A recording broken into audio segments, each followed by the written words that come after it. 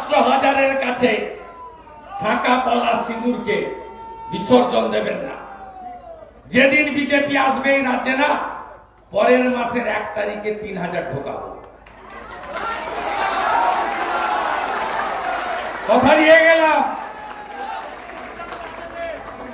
Smart meter লাগাতে দেবেন না। ইলেকট্রিকে স্মার্ট মিটার লাগাচ্ছে, বসিরহাটে বিক্ষোভ হচ্ছে, লাগাতে দেবেন না। অপশনাল। ভিখারি সরকার টাকা তুলতে চাইছে মধ্যবিত্তের কাছ থেকে। জোট বাঁধন তৈরি হন। এ লড়াই আমাদের জিততে হবে। এ লড়াই জিততে হবে। শুধু প্রতিবাদ নয়, প্রতিরোধ করতে হবে এবং জিততে হবে। সবাই রাজি? লড়াইয়ের জন্য সবাই রেডি? হিন্দু যোদ্ধারা রেডি? राष्ट्रवादीरा रेडी?